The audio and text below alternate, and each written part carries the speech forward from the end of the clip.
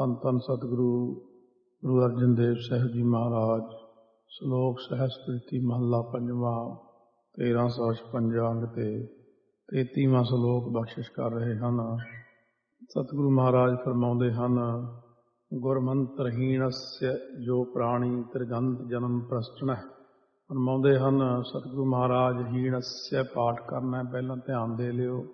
ਆਹੇ ਬਿਹਾਰੀ ਨਾਣੇ ਉੱਤੇ ਟਿੱਪੀ ਲਾ ਕੇ ਸੱਸਾ ਤੇ ਐੜਾ। ਹੀਣस्य ਮਹਾਰਾਜ ਫਰਮਾਉਂਦੇ, ਹੈ ਹਰੀ ਲਾਲ ਕ੍ਰਿਸ਼ਨ ਲਾਲ, ਜੋ ਪ੍ਰਾਣੀ ਗੁਰਮੰਤਰ ਤੋਂ ਹੀਣ ਭਾਵ ਰਹਿਤ ਅਸ ਮਤਲਬ ਹੈ, ਉਹਦੇ ਜਨਮ ਨੂੰ ਤ੍ਰਿਗਾਕਾਰ ਹੈ, ਤ੍ਰਿਕਾਰ ਹੈ ਤੇ ਉਹ ਸ੍ਰੇਸ਼ਟਾਚਾਰ ਤੋਂ ਭ੍ਰਿਸ਼ਟਿਆ ਹੋਇਆ।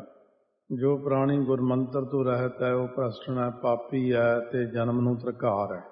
ਜਿਵੇਂ ਬ੍ਰਹਮਾ ਦਾ ਪੁੱਤਰ ਨਾਰਦ ਮੁਨੀ ਰੋਜ਼ ਵਿਸ਼ਨੂੰ ਜੀ ਕੋਲ ਜਾਂਦਾ, ਜਦੋਂ ਕਦੇ ਆਉਂਦਾ ਤਾਂ ਰਸਤੇ ਵਿੱਚ ਖੋਤਿਆਂ ਦੇ ਉੱਤੇ ਮਿੱਟੀ ਲੱਦ ਕੇ ਘੁਮਿਆਰ ਜਾਂਦੇ ਮਿਲਦੇ। ਉਹ ਕਹਿੰਦਾ, ਇੰਨੀ ਮਿੱਟੀ ਰੋਜ਼ ਤੁਸੀਂ ਲਈ ਜਾਂਦੇ ਹੋ, ਕਿੱਧਰ ਲਈ ਜਾਂਦੇ ਹੋ, ਕਿੱਥੋਂ ਲਿਆਉਂਦੇ ਹੋ, ਕਿੱਥੇ ਸਿੱਟਦੇ ਹੋ? ਕਹਿੰਦੇ ਉਹਨਾਂ ਨੂੰ ਪਤਾ ਨਹੀਂ ਸੀ ਇਹ ਕੌਣ ਹੈ ਨਾਰਦ ਮੁਨੀ ਬਾਰੇ। ਉਹ ਕਹਿੰਦੇ ਇੱਥੇ ਇੱਕ ਨਗੂਰਾ ਆਉਂਦਾ, ਇੱਕ ਨਾਰਦ ਮੁਨੀ ਉਹਦਾ ਨਾਮ। ਉਹ ਵਿਸ਼ਨੂੰ ਜੀ ਕੋਲ ਬਹਿ ਕੇ ਜਾਂਦਾ, ਜਦੋਂ ਫਿਰ ਵਿਸ਼ਨੂੰ ਜੀ ਉੱਥੋਂ ਜਿਹੜੀ ਮਿੱਟੀ ਪਟਵਾ ਦਿੰਦੇ ਉਹਨੇ ਥਾਂ ਦੀ, ਤਾਂ ਫਿਰ ਇਸ ਕਰਕੇ ਉਹ ਸਵਾ ਕੁ ਹੱਥ ਜ਼ਮੀਨ ਪੁੱਟ ਕੇ ਮਿੱਟੀ ਬਾਹਰ ਸੁਟਾਈ ਜਾਂਦੀ ਹੈ, ਉਹਦੇ ਥਾਂ ਨਵੀਂ ਮਿੱਟੀ ਪਾਉਣੇ ਆ। ਕਹਿੰਦੇ ਇਹ ਕਿਉਂ ਕਰਦੇ? ਕਹਿੰਦੇ ਇਹ ਨਗੂਰਾ ਇੱਥੇ ਬਹਿ ਕੇ ਗਿਆ, ਇੰਨੀ ਧਰਤੀ ਪਿੱਟੀ ਗਈ। ਨਗੂਰਾ ਬੰਦਾ ਜਿੱਥੇ ਬਹਿ ਜੇ ਧਰਤੀ ਪਿੱਟੀ ਜਾਂਦੀ ਹੈ।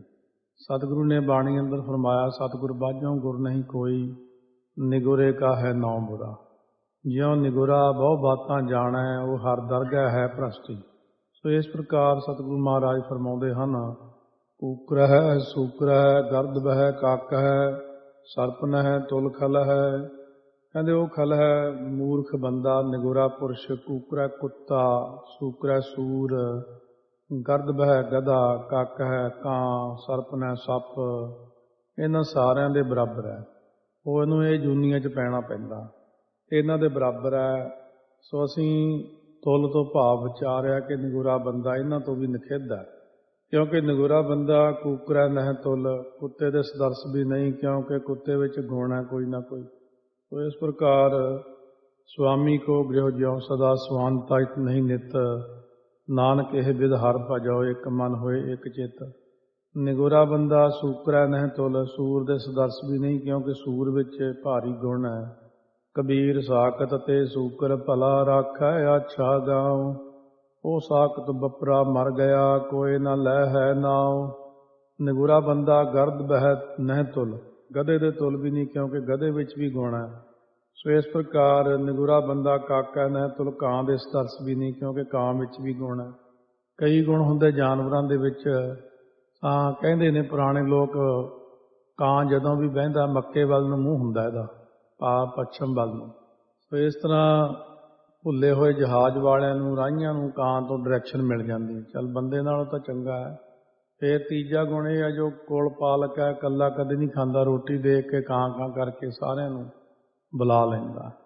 ਕਾਂ ਕੁੱਕੜ ਕਮੋ ਕਬੀਲਾ ਪਾਲਦੇ, ਜੱਟ ਮਹਾਂ ਸੰਸਾਰ ਕਬੀਲਾ ਗਾਲਦੇ, ਸਿਆਣਿਆਂ ਨੇ ਕਹਾਵਤ ਦੱਸੀ ਹੈ। ਹੁਣ ਜਿਵੇਂ ਆਪਣੇ ਵਾਲੇ ਆਪਣੇ ਕਬੀਲੇ ਨੂੰ ਗਾਲਣ ਲੱਗੇ ਹੋਏ ਨੇ, ਪੈਸੇ ਲੈ ਲੂ ਕੇ ਪੰਥ ਦਾ ਬੇੜਾ ਬਿਠਾਉਣ ਲੱਗੇ ਹੋਏ ਨੇ, ਤੇ ਰਹਿਤ ਮਰਿਆਦਾ ਖਰਾਬ ਕਰਨ ਲੱਗੇ ਹੋਏ ਨੇ। ਜੇ ਕੋਈ ਪ੍ਰਚਾਰ ਕਰੇ ਬਾਹਲਾ, ਉਹਨੂੰ ਥੱਲੇ ਸਿੱਟਣ ਦਾ ਯਤਨ ਕਰਦੇ ਨੇ। ਜਿਹੜਾ ਨਹੀਂ ਕਰਦਾ ਉਹਨੂੰ ਕੁਛ ਨਹੀਂ ਕਹਿੰਦੇ, ਜਿਹੜੇ ਗਲਤ ਲੋਕ ਨੇ ਉਹਨਾਂ ਨੂੰ ਕੋਈ ਕੁਛ ਨਹੀਂ ਕਹਿੰਦਾ।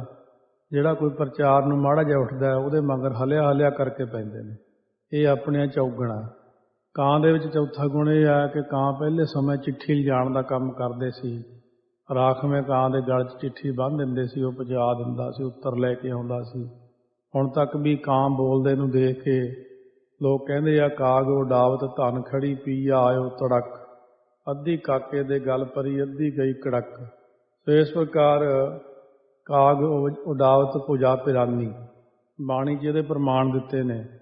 ਸੋ ਇਹ ਦੋਏ ਨੈਣਾ ਮਤ ਸ਼ੋਹ ਫਿਰ ਦੇਖਣ ਕੀ ਆਸ, ਕੁਛ ਨਾ ਕੁਛ ਤੇ ਕਿਹਾ ਹੀ ਆ ਨਾ, ਪਰ ਇਹਦੇ ਬਾਰੇ ਤਾਂ ਨਿਗੁਰੇ ਬਾਰੇ ਤਾਂ ਕੁਛ ਵੀ ਨਹੀਂ ਕਿਹਾ। ਨਿਗੁਰਾ ਪੁਰਸ਼ ਕਹਿੰਦੇ ਸਰਪ ਨਹਿ ਤੁਲ, ਸੱਪ ਦੇ ਸਦਰਸ ਵੀ ਨਹੀਂ, ਕਿਉਂਕਿ ਸੱਪ ਮੰਤਰ ਕਰਕੇ ਵਸੀਕਾਰ ਹੋ ਜਾਂਦਾ, ਪਰ ਮੂਰਖ ਆਦਮੀ ਕਦੇ ਵਸ 'ਚ ਹੀ ਨਹੀਂ ਆਉਂਦਾ। ਤੇ ਸੱਪ ਦੇ ਮਾਸ ਸੋ ਸੱਪ ਦੇ ਕੋਲੇ ਮਣੀ ਹੁੰਦੀ ਹੈ, ਇਸ ਲਈ ਮਣੀ ਪੂਰਨਮਾਸ਼ੀ ਦੀ ਰਾਤ ਨੂੰ ਕੱਢ ਕੇ ਅੰਮ੍ਰਿਤ ਪੀਂਦਾ ਚੱਟਦਾ ਉਹਦੇ ਵਿੱਚੋਂ, ਤੇ ਮਹੀਨਾ ਭਰ ਸ਼ਾਂਤੀ ਰਹਿੰਦੀ ਹੈ। ਸ਼ੇਸ਼ਨਾਗ ਵੀ ਤਾਂ ਸੱਪਾਂ ਵਿੱਚੋਂ ਹੀ, ਜੋ ਹਰ ਰੋਜ਼ ਨਵੇਂ 2000 ਨਾਮ ਰੋਜ਼ ਲੈਂਦਾ। ਨਿਗੁਰਾ ਬੰਦਾ ਤਾਂ ਕਦੇ ਕਹਿੰਦੇ ਨਾਮ ਵੀ ਨਹੀਂ ਜਪਦਾ। ਜਿਨ ਦਰਸ਼ਨ ਸਤਿਗੁਰ ਪੁਰਖ ਨ ਪਾਇਆ, ਤੇ ਭਾਗਹੀਣ ਜਮ ਮਾਰੇ, ਸੇ ਕੂਕਰ ਸੂਕਰ ਗਰਦ ਪਵੈ ਗਰਭ ਜੋਨੀ, ਦੈ ਮਾਰੇ ਮਹਾ ਹਤਿਆਰੇ। ਸੋ ਜਮਾਂ ਦਾ ਭੈ ਕਿਸ ਦਾ ਦੂਰ ਹੁੰਦਾ, ਤਾਂ ਉੱਤਰ ਦਿੰਦਿਆਂ ਫਰਮਾਉਂਦੇ ਹਨ, ਚਰਨਾਰ ਬਿੰਦ ਭਜਨੰ ਹ੍ਰਿਦਯੰ ਨਾਮ ਧਾਰਨ ਹੈ, ਕੀਰਤਨੰ ਸਾਧ ਸੰਗੇਣ ਨਾਨਕ ਨਹਿ ਦ੍ਰਿਸ਼ਟੰਤ ਜਮਦੂਤ ਨ ਹੈ। ਸਾਧ ਸੰਗਤ ਨਾਲ ਮਿਲ ਕੇ ਕੀਰਤਨ ਦੀ ਧੁਨ ਉਚਾਰਦਾ ਹੈ। ਸਤਿਗੁਰੂ ਨਾਨਕ ਦੇਵ ਜੀ ਕਥਨ ਕਰਦੇ ਨੇ ਕਿ ਜਿਹੜਾ ਪੁਰਸ਼ ਗੁਰਾਂ ਦੇ ਚਰਨ ਅਰਬਿੰਦ ਚਰਨਾਂ ਕਮਲਾਂ ਨੂੰ ਭਜਦਾ, ਅਤੇ ਅਰਬਿੰਦ ਹੁੰਦਾ ਕਮਲ ਫੁੱਲ ਵਾਂਗੂ ਪਦਾਰਥਾਂ ਰੂਪ ਜਲ ਤੋਂ ਨਿਰਲੇਪ ਰਹਿੰਦਾ ਹੈ, ਹਿਰਦੇ ਵਿੱਚ ਵਾਹਿਗੁਰੂ ਨਾਮ ਨੂੰ ਧਾਰਦਾ ਹੈ, ਸਾਧ ਸੰਗਤ ਨਾਲ ਮਿਲ ਕੇ ਕੀਰਤਨ ਦੀ ਧੁਨ ਉਚਾਰਦਾ ਹੈ। ਮਹਾਰਾਜ ਕਥਨ ਕਰਦੇ ਹੈ, ਉਹ ਜੀਵ ਫਿਰ ਜਮਦੂਤਾਂ ਨੂੰ ਨਹਿ ਦ੍ਰਿਸ਼ਟਾਂਤ ਨਹੀਂ ਦੇਖਦਾ। ਸੋ ਅਗਲੇ ਸ਼ਲੋਕ ਵਿੱਚ ਪਰਮੇਸ਼ਰ ਦੇ ਨਾਮ ਦੀ ਦੁਰਲੱਭਤਾ ਹੁਣ ਮਹਾਰਾਜ ਕਥਨ ਕਰਦੇ ਹਨ ਕਿ ਕੋਈ ਚੀਜ਼ ਦੁਨੀਆ 'ਚ ਦੁਰਲੱਭ ਹੈ ਜੀ। ਨਚ ਦੁਰਲੱਭੰ ਧਨੰ ਰੂਪੰ, ਨਚ ਦੁਰਲੱਭੰ ਸਵਰਗ ਰਾਜ ਨ ਹੈ। ਮਹਾਰਾਜ ਕਹਿੰਦੇ ਧਨ ਪ੍ਰਾਪਤ ਹੋਣਾ ਵੀ ਦੁਰਲੱਭੰ ਨਚ, ਨਚ ਹੁੰਦਾ ਕਠਨ ਨਹੀਂ ਹੈ। ਇੱਥੇ ਭਾਵ ਦੁਰਲੱਭੰ ਨਚ ਕਠਨ ਨਹੀਂ ਹੈ, ਕਿਉਂਕਿ ਕਈ ਮਨੁੱਖ ਕਰਮਾਂ ਅਨੁਸਾਰ ਸੱਪ ਬਣ ਕੇ ਧਨ ਪਰ ਬੈਠ ਕੇ ਧਨ ਦੇ ਮਾਲਕ ਹੋ ਬਹਿੰਦੇ ਆ, ਤੇ ਪਾਪੀ ਪਾਸ ਵੀ ਧਨ ਹੁੰਦਾ, ਸੁੱਤਦਾਰਾ ਲక్ష్ਮੀ ਪਾਪੀ ਦੇ ਵੀ ਹੋਏ। ਸੋ ਇਸ ਕਰਕੇ ਧਨ ਪ੍ਰਾਪਤ ਹੋਣਾ ਵੀ ਦੁਰਲੱਭ ਨਹੀਂ, ਅਤੇ ਸੁੰਦਰ ਰੂਪ ਪ੍ਰਾਪਤ ਹੋਣਾ ਵੀ ਦੁਰਲੱਭ ਨਹੀਂ। ਸੁੰਦਰ ਰੂਪ ਤਾਂ ਤੋਤੇ ਮੋਰਾਂ ਦਾ ਵੀ ਹੁੰਦਾ। ਸਵਰਗ ਦਾ ਰਾਜ ਪ੍ਰਾਪਤ ਹੋਣਾ ਵੀ ਦੁਰਲੱਭ, ਭਾਵ ਦੁਰਲੱਭੰ ਭਾਵ ਕਠਨ ਨਹੀਂ ਹੈ। ਨਚ ਭਾਵ ਨਹੀਂ ਹੈ, ਦੁਰਲੱਭ ਔਖਾ, ਔਖਾ ਲੱਭਣਾ।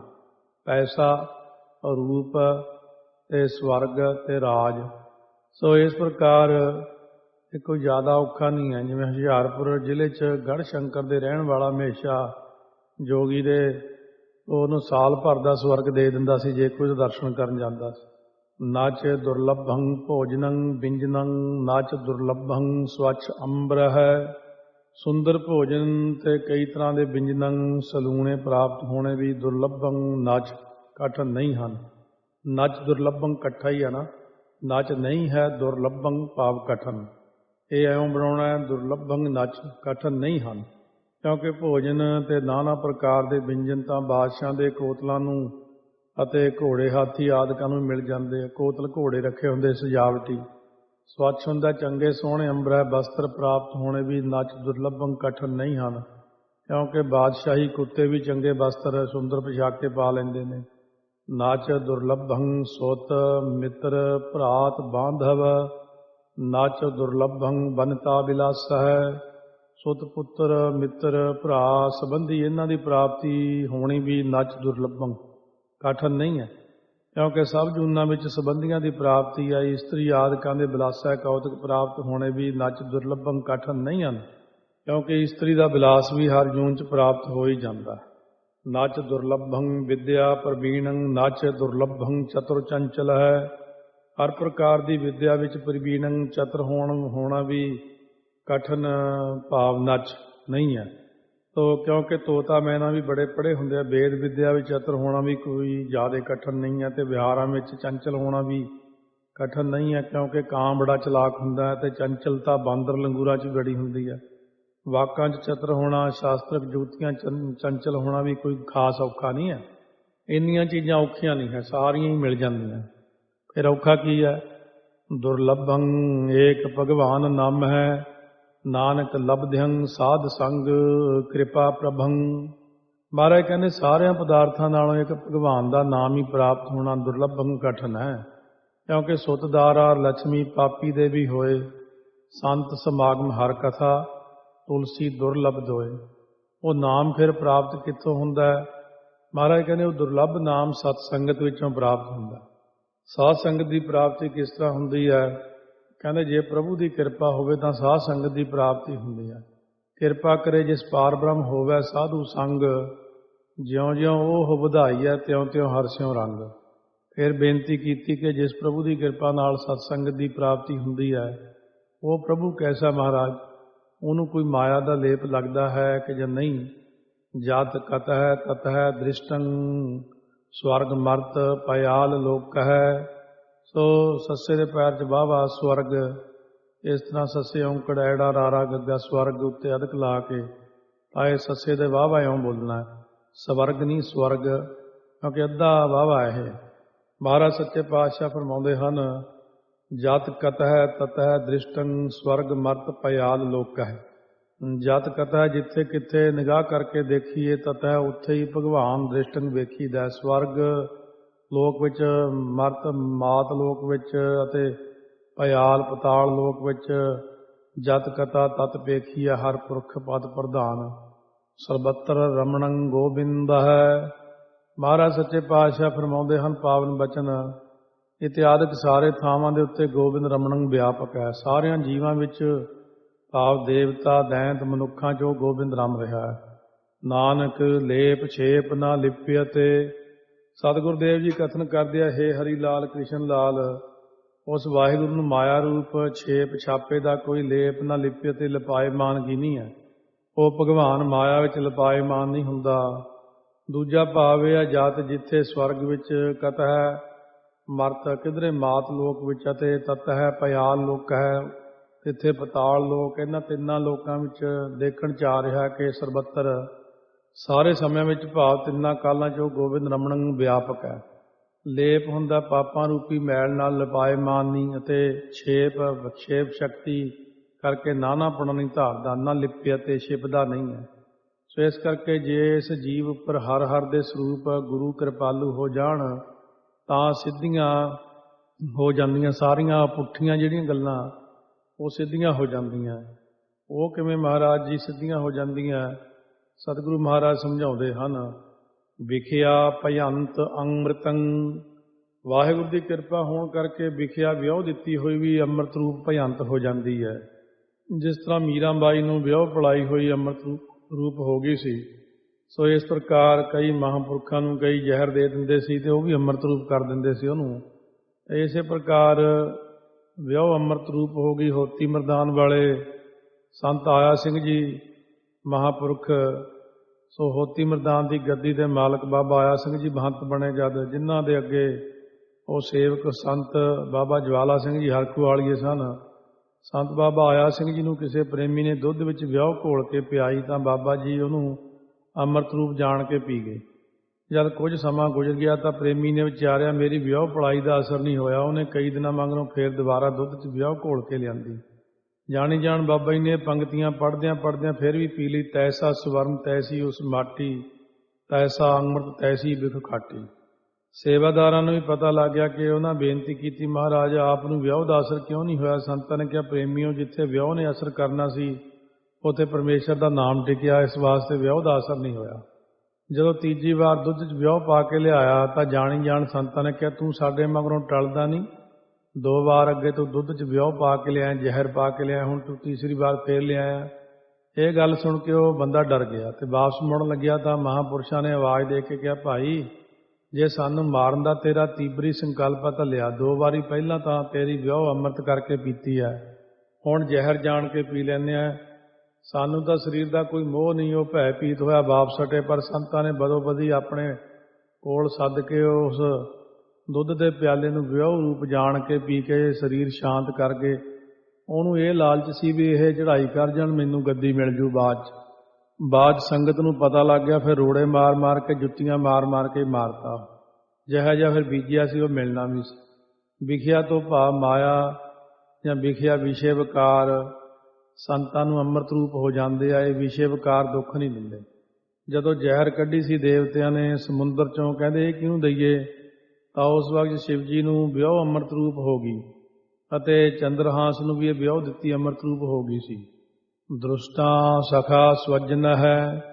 ਦ੍ਰਿਸ਼ਟਾਂ ਦੁਸ਼ਮਣ ਵੀ ਸਖਾ ਪਿਆਰੇ ਸੱਜਣ ਹੋ ਜਾਂਦੇ ਨੇ ਤੇ ਜਿਹੜੇ ਅੰਦਰਲੇ ਦੁਸ਼ਟ ਨੇ ਕਾਮ ਕ੍ਰੋਧ ਆਦਿਕ ਪਿਆਰੇ ਸੱਜਣ ਸ਼ੁਭ ਗੁਣ ਬਣ ਜਾਂਦੇ। ਵੀ ਬੈਰੀ ਉਲਟ ਭਏ ਹੈ ਮੀਤਾ, ਸਾਕਤ ਉਲਟ ਸੁਜਨ ਭਏ ਚੀਤਾ। ਦੁੱਖੰ ਭਯੰਤ ਸੁਖਯੰ। ਭੈ ਭੀਤ ਤਾ ਨਿਰਭਯ ਹੈ। ਵਾਹਿਗੁਰੂ ਦੀ ਕਿਰਪਾ ਹੋਣ ਕਰਕੇ ਦੁੱਖਾਂ ਤੋਂ ਸੁੱਖ ਭਯੰਤ ਹੋ ਜਾਂਦੇ ਨੇ। ਤੇ ਭੱਬਾ ਯਈਆ ਉੱਤੇ ਟਿੱਪੀ ਤੱਤਾ ਸਿਹਾਰੀ ਭਯੰਤ ਸੁਖਿਅੰ ਅੱਗੇ ਅੱਧਾ ਯਈਆ ਕਰਕੇ ਆਉ ਭੈ ਭੈ ਭੀਤੰ ਤ ਨਿਰਭਯ ਹੈ, ਇਉਂ ਬੋਲਣਾ ਨਿਰਭਯ ਹੈ। ਸੋ ਇਸ ਪ੍ਰਕਾਰ ਜੋ ਬੜੇ ਭੈ ਵਿੱਚ ਭੀਤੰ ਤਾਂ ਨਿਰਭਯ ਜਾਂ ਭੀਤੰਤ ਤਦਾਕਾਰ ਹਨ, ਉਹ ਨਿਰਭੈ ਹੋ ਜਾਂਦੇ ਨੇ। ਜੋ ਜਮਦੂਤ ਜੀਵਾਂ ਨੂੰ ਭੈ ਦੇ ਕੇ ਭੀਤੰਤ ਕੰਧ ਸਮਾਨ ਜੜ ਕਰਨ ਵਾਲੇ ਆ, ਉਹ ਜਮਦੂਤ ਵੀ ਕਾਇਰ ਹੋ ਕੇ ਭੀਤੰਤ ਭੈ ਭੀਤ ਹੋ ਜਾਂਦੇ ਨੇ। ਥਾਨ ਵਿਹੂਨ ਵਿਸਰਾਮ ਨਾਮੰ ਨਾਨਕ ਕਿਰਪਾਲ ਹਰ ਹਰ ਗੁਰ ਹੈ। ਸਤਿਗੁਰੂ ਦੇਵ ਜੀ ਕਥਨ ਕਰਦੇ ਹੈ, ਜੇਕਰ ਹਰ ਹਰ ਦੇ ਸਰੂਪ ਗੁਰੂ ਕਿਰਪਾਲੂ ਹੋਣ ਤਾਂ ਨਾਮ ਚਿੰਤਨ ਦੁਆਰਾ ਪ੍ਰਤੱਖ ਸਥਾਨਾਂ ਤੋਂ ਬਿਨਾਂ ਜੋ ਪੁਰਸ਼ ਹਨ, ਉਹਨਾਂ ਨੂੰ ਪ੍ਰਤੱਖ ਸਥਾਨਾਂ ਵਿੱਚ ਸੁਖ ਆਨੰਦ ਨਾਲ ਵਿਸਰਾਮ ਟਿਕਾਓ ਸਥਿਤੀ ਮਿਲਦੀ ਹੈ। ਜੀਵ ਨੂੰ ਚਾਹੀਦਾ ਦੁੱਖ ਸੁੱਖ ਵਿੱਚ ਹਰਖ ਸੋਗ ਦੇ ਸਹਿਤ ਨਾ ਹੋਵੇ, ਆਪਣੇ ਚਿੱਤ ਵਿੱਚ ਐਸਾ ਵਿਚਾਰ ਧਾਰੇ ਸਰਬ ਸੀਲ ਮਮੰ ਸੀਲੰ ਸਰਬ ਪਾਵਨ ਮਮ ਪਾਵਨ ਹੈ। ਜੋ ਵਾਹਿਗੁਰੂ ਸਾਰਿਆਂ ਨੂੰ ਸੀਲ ਸੁਭਾਅ ਨੇਕ ਸੁਭਾਅ ਦੇਣ ਵਾਲਾ, ਉਹ ਮੈਨੂੰ ਵੀ ਸੀਲ ਸੁਭਾਅ ਬਖਸ਼ੇਗਾ। ਤੇ ਜੋ ਵਾਹਿਗੁਰੂ ਸਰਬ ਨੂੰ ਪਾਵਨ ਹੁੰਦਾ ਪਵਿੱਤਰਤਾ ਦੇਣ ਵਾਲਾ ਹੈ, ਉਹੀ ਮਮ ਮੈਨੂੰ ਪਾਵਨ ਹੈ ਪਵਿੱਤਰਤਾ ਬਖਸ਼ੇਗਾ। ਸਰਬ ਕਰਤਬ ਮਮੰ ਕਰਤਾ ਨਾਨਕ ਲੇਪ ਛੇਪ ਨਾ ਲਿਪਿਅਤੇ। ਸੋ ਇੱਕ ਤਾਂ ਸਰਬ ਕਰਤਬ ਪਾਠ ਕਰਨਾ, ਕਰਤੱਬ ਨਹੀਂ ਕਰਨਾ। ਤੇ ਇੱਕ ਲਿਪਿਅਤੇ ਪਿੱਛੇ ਲਿਖਿਆ ਪੱਪੇ ਦੇ ਪੈਰ 'ਚ ਅੱਧਾ ਯਈਆ ਲੱਗਿਆ ਲਿਪਿਅਤੇ। ਜੋ ਵਾਹਿਗੁਰੂ ਸਾਰਿਆਂ ਦੇ ਕਾਰਜ ਪੂਰਨ ਕਰਦਾ ਹੈ, ਉਹੀ ਮਮੰ ਮੇਰੇ ਕਾਰਜਾਂ ਨੂੰ ਪੂਰਨ ਕਰੇਗਾ। ਮਹਾਰਾਜ ਫਰਮਾਉਂਦੇ ਆਏ, ਭਾਈ ਤੂੰ ਇਉਂ ਨਿਸ਼ਚੈ ਕਰਕੇ ਉਹਨੂੰ ਮਾਇਆ ਰੂਪ ਛੇਪ ਛਾਪੇ ਦਾ ਕੋਈ ਲੇਪ ਜਾਂ ਚਿੰਨ੍ਹ ਲਿਪਾਇਮਾਨ ਨਹੀਂ ਹੁੰਦਾ। ਉਹ ਵਾਹਿਗੁਰੂ ਪਾਪਾਂ ਦੀ ਲਿਪਾਇਮਾਨਗੀ ਕਰਕੇ ਲਿਪਾਇਮਾਨ ਨਹੀਂ ਹੁੰਦਾ, ਤੇ ਛੇਪ ਹੁੰਦਾ ਵਿਖੇਪ ਸ਼ਕਤੀ ਕਰਕੇ ਨਾਣਾਪਣੇ ਕਰਕੇ ਲਿਪਾਇਮਾਨ ਨਹੀਂ ਹੁੰਦਾ। ਲੇਪ ਹੁੰਦਾ ਪਾਪਾਂ ਰੂਪ ਜਿੱਕੜ ਕਰਕੇ ਲਿਬੜਦਾ ਨਹੀਂ, ਛੇਪ ਹੁੰਦਾ ਵਿਖੇਪਤਾ ਸਹਿਤ ਵੀ ਨਹੀਂ ਹੁੰਦਾ। ਮਲ ਵਿਖੇਪ ਵਿਦਿਆ ਤੋਂ ਰਹਿਤ ਹੈ, ਨਾ ਲਿਪਿਆ ਤੇ ਛਿਪਦਾ ਵੀ ਨਹੀਂ ਹੈ। ਹੁਣ ਗਿਆਨਵਾਨਾਂ ਦੀ ਦ੍ਰਿਸ਼ਟੀ ਕਥਨ ਕਰਦੇ ਆ ਕਿ ਗਿਆਨਵਾਨ ਇਸ ਤਰ੍ਹਾਂ ਕਹਿੰਦੇ ਨੇ, ਸਰਬ ਸੀਲ ਮਮੰ ਸੀਲੰ ਸਰਬ ਪਾਵਨ ਮਮ ਪਾਵਨ ਹੈ। ਜੋ ਸਰਬ ਵਿਖੇ ਸੀਲ ਸੁਭਾਅ, ਉਹ ਸੀਲ ਸੁਭਾਅ ਮਮੰ ਮੇਰਾ ਹੀ ਦਿੱਤਾ ਹੋਇਆ। ਜੋ ਸਰਬ ਵਿਖੇ ਪਾਵਨ ਪਵਿੱਤਰਤਾ, ਉਹ ਪਵਿੱਤਰਤਾ ਮਮੰ ਮੇਰੀ ਹੋਈ ਦਿੱਤੀ ਹੋਈ। ਅਸਲ ਵਿੱਚ ਇਹ ਪਰਮੇਸ਼ਰ ਦੀ ਆਕਾਸ਼ ਬਾਣੀ ਹੈ। ਮਹਾਂਪੁਰਖਾਂ ਨੇ ਜਦ ਕਥਾ ਕੀਤੀ ਸੀ, ਸੰਤ ਬਾਬਾ ਕਰਤਾਰ ਸਿੰਘ ਜੀ ਖਾਲਸਾ ਨੇ, ਉਦੋਂ ਉਹਨਾਂ ਨੇ ਇਹ ਅਰਥ ਕੀਤਾ ਸੀ ਕਿ ਇਹ ਪਰਮੇਸ਼ਰ ਨੇ ਇਉਂ ਆਕਾਸ਼ ਬਾਣੀ ਦੁਆਰਾ ਕਿਹਾ, ਜਿਹੜਾ ਸਾਰਿਆਂ ਵਿੱਚ ਸੀਲ ਸੁਭਾਅ ਹੈ ਮੇਰਾ ਹੀ ਦਿੱਤਾ ਹੋਇਆ, ਮਮੰ ਮੇਰਾ ਦਿੱਤਾ। ਜਿਹੜੀ ਪਾਵਨ ਪਵਿੱਤਰਤਾ, ਉਹ ਪਵਿੱਤਰਤਾ ਮੇਰੀ ਹੀ ਦਿੱਤੀ ਹੋਈ ਹੈ। ਸਰਬ ਕਰਤਬ ਮਮੰ ਕਰਤਾ ਨਾਨਕ ਲੇਪ ਛੇਪ ਨਾ ਲਿਪਿਅਤੇ। ਜੋ ਸਾਰੇ ਕਰਤੱਵ ਕਰ ਰਹੇ ਹਨ, ਉਹ ਮਮੰ ਮੇਰੇ ਹੀ ਕਰਤਾ ਭਾਵ ਕੀਤੇ ਹੋਏ ਨੇ। ਮੇਰੇ ਸਰੂਪ ਵਿਖੇ ਮਾਇਆ ਰੂਪ ਛਾਪੇ ਦਾ ਕੋਈ ਲੇਪ ਲਿਪਾਇਮਾਨਗੀ ਨਹੀਂ ਹੈ। ਮੈਂ ਕਰਤਾ ਹੀ ਅਕਰਤਾ ਹਾਂ ਤੇ ਭੋਗਤਾ ਹੋ ਕੇ ਅਭੋਗਤਾ ਹਾਂ। ਸੋ ਜਿਵੇਂ ਇਹ ਸਾਖੀਆਂ ਵੀ ਪੁਰਾਣੇ ਇਤਿਹਾਸ ਵਿੱਚ ਵੀ ਆ ਜਾਂਦੀਆਂ। ਗੋਪੀਆਂ ਜਦ ਕਹਿੰਦੀਆਂ ਅਸੀਂ ਮਿਲਣ ਜਾਣਾ, 16,108 ਥਾਲ ਲੱਡੂਆਂ ਦਾ ਭਰ ਕੇ ਕਹਿੰਦੀਆਂ ਫਿਰ ਹੁਣ ਜਮਨਾ ਲੰਘਣੀ ਔਖੀ ਹੈ। ਕ੍ਰਿਸ਼ਨ ਜੀ ਕਹਿੰਦੇ ਜਮਨਾ ਕੋਲ ਖੜ ਕੇ ਕਿਹੋ ਜਿਹੇ ਕ੍ਰਿਸ਼ਨ ਜਤੀ ਸਤੀ ਹੈ, ਤਾਂ ਜਮਨਾ ਰਾਹ ਦੇ ਦੇਵੇ। ਠਹਾਕਾ ਮਾਰ ਕੇ ਹੱਸ ਪਈਆਂ ਸਾਰੀਆਂ, ਕਹਿੰਦੀ ਕਿੱਡਾ ਝੂਠ ਹੈ। ਕਹਿੰਦੇ ਕਿਹੋ ਤਾਂ ਸਹੀ, ਜਦ ਕਿਹਾ ਜਮਨਾ ਥੱਲੇ ਗੋਡੇ ਗੋਡੇ ਰਹਿ ਗਿਆ, ਪਾਣੀ ਲੰਘ ਗਈਆਂ। ਦਰਬਾਸ਼ਾ ਜੀ ਨੇ ਇੰਨੇ ਥਾਲ ਲੱਡੂਆਂ ਦੇ ਖਾ ਲਏ, ਉਹ ਰਿੱਧੀ ਸਿੱਧੀ ਤੇ ਬਲ ਨਾਲ ਖਾ ਲੈਂਦੇ ਹੁੰਦੇ ਸੀ। ਕਹਿੰਦੇ ਹੁਣ ਉਦੋਂ ਕ੍ਰਿਸ਼ਨ ਜੀ ਨੇ ਤਾਂ ਆਹ ਕਿਹਾ ਤੁਹਾਡੇ ਚੇਲੇ ਨੇ, ਹੁਣ ਜਾਂਦੇ ਹੋਏ ਕੀ ਕਹਾਂਗੇ? ਕਹਿੰਦੇ ਤੁਸੀਂ ਕਿਹੋ ਜੇ ਦਰਬਾਸ਼ਾ ਪਾਉਣ ਹਾਰੀ ਆ ਤਾਂ ਸਾਨੂੰ ਜਮਨਾ ਰਾਹ ਦੇ ਦੇਵੇ। ਉਹ ਫੇਰ ਹੱਸ ਪਈਆਂ, ਕਹਿੰਦੀ ਉਹ ਨਾਲੇ ਚੇਲਾ ਵੀ ਝੂਠ ਬੋਲਦਾ, ਗੁਰੂ ਵੀ ਝੂਠ ਬੋਲਦਾ। ਉਹ ਕਹਿੰਦੇ ਨਹੀਂ ਤੁਸੀਂ ਜਾ ਕੇ ਕਿਹੋ। ਸੋ ਇਸ ਪ੍ਰਕਾਰ ਜਾ ਕੇ ਜਦ ਕਿਹਾ ਜਮਨਾ ਕੋਲੇ, ਜੇ ਦਰਬਾਸ਼ਾ ਰਿਖੀ ਪਾਉਣ ਹਾਰੀ ਆ ਤਾਂ ਸਾਨੂੰ ਜਮਨਾ ਰਾਹ ਦੇਵੇ, ਉਹ ਸੱਚੀ ਥੱਲੇ ਉਤਰ ਗਈ। ਫਿਰ ਕ੍ਰਿਸ਼ਨ ਜੀ ਨੂੰ ਪੁੱਛਿਆ ਜਾ ਕੇ ਇਹ ਕੀ ਚੀਜ਼ ਹੈ, ਇਹ ਕੀ ਹਿਸਾਬ ਕਿਤਾਬ ਤੁਹਾਡਾ, ਸਾਨੂੰ ਨਹੀਂ ਸਮਝ ਲੱਗੀ। ਉਹ ਕਹਿੰਦੇ ਅਸੀਂ ਹਉਮੈ ਦੇ ਸਹਿਤ ਕਰਮ ਨਹੀਂ ਕਰਦੇ ਕੋਈ, ਅਸੀਂ ਜਿੰਨਾ ਕਰਮ ਕਰਦੇ ਹਾਂ ਤੁਹਾਡੀ ਇੱਛਾ ਮੁਤਾਬਕ ਕਰਦੇ ਹਾਂ, ਸਾਡੀ ਕੋਈ ਇੱਛਾ ਨਹੀਂ ਦੋਵਾਂ ਦੀ। ਇਸ ਕਰਕੇ ਅਸੀਂ ਨਿਰਲੇਪ ਰਹਿ ਜਾਂਦੇ ਹਾਂ।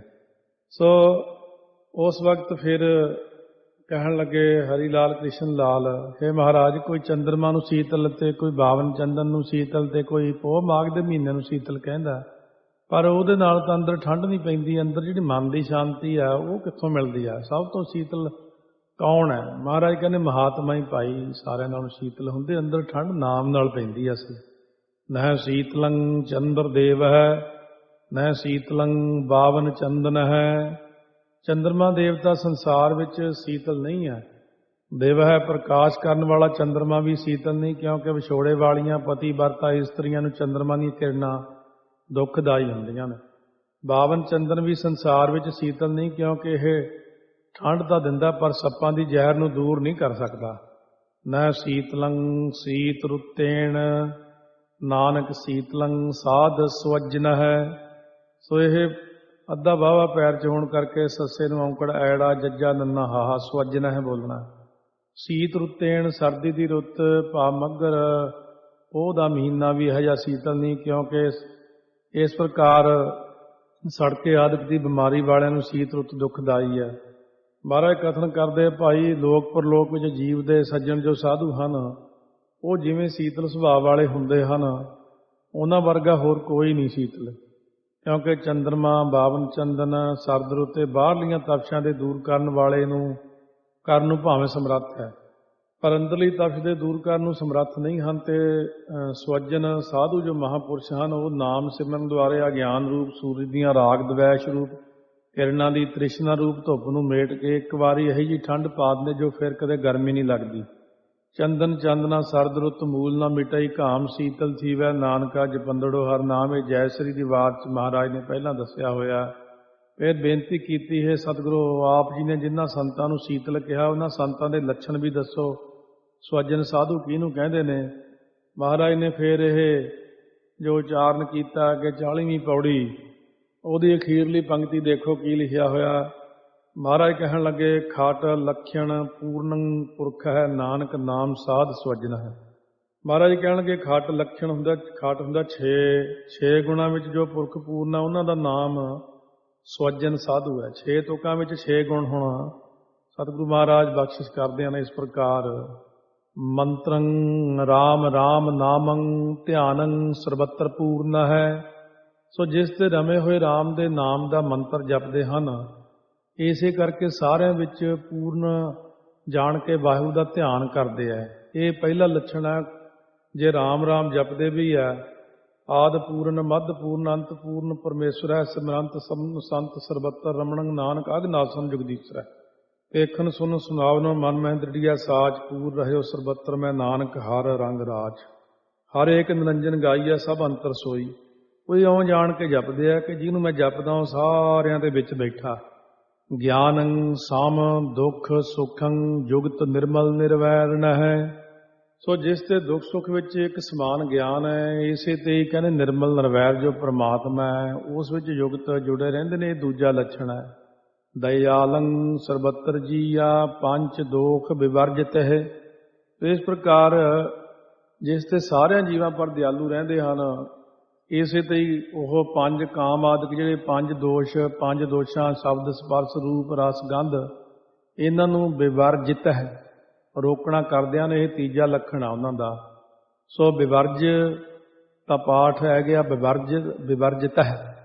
ਇਸ ਪ੍ਰਕਾਰ ਪਾਠ ਕਰਨਾ, ਕਿਉਂ ਅਸਲੀ ਅੱਖਰ ਤਾਂ ਵਿਵਰਜੇ ਆ, ਵਿਵਰਜਿਤ ਹੈ। ਕਿਉਂਕਿ ਉਹ ਜੱਜੇ ਫੇਰ ਸਿਹਾਰੀ ਲੱਗੀ ਹੋਣ ਕਰਕੇ ਥੋੜ੍ਹਾ ਜਿਹਾ ਇਸ ਢੰਗ ਨਾਲ ਵਿਵਰਜਿਤ ਹੈ, ਜਿੱਤ ਹੈ ਵੀ ਨਹੀਂ ਬਾਹਲਾ ਕਹਿਣਾ। ਭੋਜਨੰ ਗੋਪਾਲ ਕੀਰਤਨੰ ਅਲਪ ਮਾਇਆ ਜਲ ਕਮਲ ਰਹਿਤ ਹੈ। ਜਿਸ ਦੇ ਗੋਪਾਲ ਦਾ ਜਿਸ ਕਰਕੇ ਗੋਪਾਲ ਦਾ ਕੀਰਤਨ ਕਰਨ ਰੂਪ ਭੋਜਨ ਨੂੰ ਛਕਦੇ ਨੇ, ਇਸੇ ਕਰਕੇ ਉਹ ਮਾਇਆ ਦੇ ਵਾਲੇ ਪਾਸਿਓਂ ਅਸੰਗ ਰਹਿ ਜਾਂਦੇ ਨੇ, ਨਿਰਲੇਪ ਰਹਿੰਦੇ ਨੇ। ਜਿਸ ਤਰ੍ਹਾਂ ਕਮਲ ਫੁੱਲ ਪਾਣੀ ਤੋਂ ਅਲਪ ਹੁੰਦਾ, ਨਿਰਲੇਪ ਰਹਿੰਦਾ, ਇਹ ਮਹਾਂਪੁਰਖਾਂ ਦਾ ਚੌਥਾ ਲੱਖਣ ਹੁੰਦਾ। ਉਹਨਾਂ ਦੇ ਨਿਸ਼ਾਨੀਆਂ ਹੁੰਦੀਆਂ ਕੁਛ, ਤੇ ਉਹਨਾਂ ਨੂੰ ਪਛਾਣਨ ਵਾਲਿਆਂ ਦੀ ਅੱਖ ਵੀ ਥੋੜ੍ਹੀ ਨਿਰਾਲੀ ਹੁੰਦੀ ਹੈ। ਸਾਰੇ ਤਾਂ ਜਾਣ ਵੀ ਨਹੀਂ ਸਕਦੇ। ਮਹਾਂਪੁਰਖ ਕਿਸੇ ਨੂੰ ਆਪਣਾ ਆਪ ਦੱਸਦੇ ਨਹੀਂ, ਉਹ ਸ਼ੋਅ ਹੀ ਨਹੀਂ ਹੋਣ ਦਿੰਦੇ ਮੈਂ ਕੀ ਚੀਜ਼ ਹੈ। ਇਸੇ ਕਰਕੇ ਮਹਾਰਾਜ ਕਹਿੰਦੇ ਦੁਨੀਆ ਨੂੰ ਜ਼ਿਆਦਾ ਪਤਾ ਨਹੀਂ ਲੱਗਦਾ। ਨਾਲੇ ਉਹਨਾਂ ਨੂੰ ਸ਼ੌਂਕ ਜਿਹਾ ਵੀ ਹੁੰਦਾ, ਨਿੰਦਿਆ ਕੋਈ ਕਰੀ ਜਾਵੇ ਉਹਦੇ 'ਚ ਫਾਇਦਾ ਵੀ ਹੈ, ਕਿਉਂਕਿ ਉਹ ਕਹਿੰਦੇ ਮੇਰੀ ਗੰਦਗੀ ਨੂੰ ਖਾਣ ਵਾਲਾ ਵੀ ਕੋਈ ਚਾਹੀਦਾ। ਉਪਦੇਸੰ ਸਮ ਮਿੱਤਰ ਸਤਰ ਹੈ, ਭਗਵੰਤ ਭਗਤ ਭਾਵਨੀ।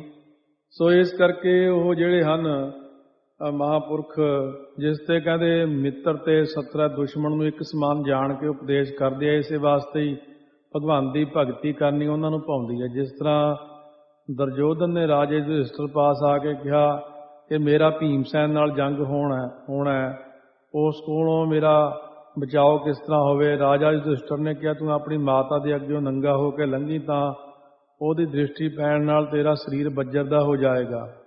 ਦੇਖੋ, ਭਾਵੇਂ ਦੁਰਯੋਧਨ ਵੈਰੀ ਸੀ ਪਰ ਉਹਨੂੰ ਸੱਚਾ ਹੀ ਉਪਦੇਸ਼ ਦਿੱਤਾ। ਭਾਵਨੀ ਸ਼ਰਧਾ ਦੇ ਨਾਲ ਭਗਵਾਨ ਦੀ ਭਗਤੀ ਕਰਦੇ ਹਨ, ਇਹ ਪੰਜਵਾਂ ਲੱਖਣ ਹੈ। ਪਾਰ ਨਿੰਦਾ ਨਹਿ ਸਰੋਤ ਸਰਵਣੰ ਆਪ ਤਿਆਗ ਸਗਲ ਰੇਣੁਕਾ ਹੈ। ਸੋ ਇਸ ਕਰਕੇ ਕਹਿੰਦੇ ਆ ਵੀ ਪਰ ਪਰਾਈ ਨਿੰਦਿਆ ਨੂੰ ਆਪਣੇ ਸਰਵਣੰ ਕੰਨਾਂ ਨਾਲ ਨਹਿ ਸਰੋਤ ਨਹੀਂ ਸੁਣਦੇ ਉਹ, ਤਾਈਓ ਤਾਂ ਆਪਾਂ ਭਾਵ ਤਿਆਗ ਕੇ ਉਹ ਸਭਨਾਂ ਦੀ ਚਰਨ ਰੇਣੁਕਾ ਧੂੜੀ ਹੁੰਦੇ ਨੇ। ਨਿਮਰਤਾ ਗੁਣ ਧਾਰਦੇ ਨੇ, 6ਵਾਂ ਲੱਖਣ ਹੈ ਉਹਨਾਂ ਦੇ ਅੰਦਰ। ਖਾਟ ਲਖਣ ਪੂਰਨੰ ਪੁਰਖ ਹੈ, ਨਾਨਕ ਨਾਮ ਸਾਧ ਸਵਜਨ ਹੈ। ਮਹਾਰਾਜ ਕਥਨ ਕਰਦੇ ਹੈ ਭਾਈ ਇਹਨਾਂ 6 ਲੱਛਣਾਂ ਦੇ ਨਾਲ ਜੋ ਪੁਰਖ ਪੂਰਨ ਹਨ ਉਹਨਾਂ ਦਾ ਨਾਮ ਨੂੰ ਸਵਜਨ ਸਾਧੂ ਹੈ, ਸ੍ਰੇਸ਼ਟ ਸਾਧੂ ਉਹੀ ਹੈ।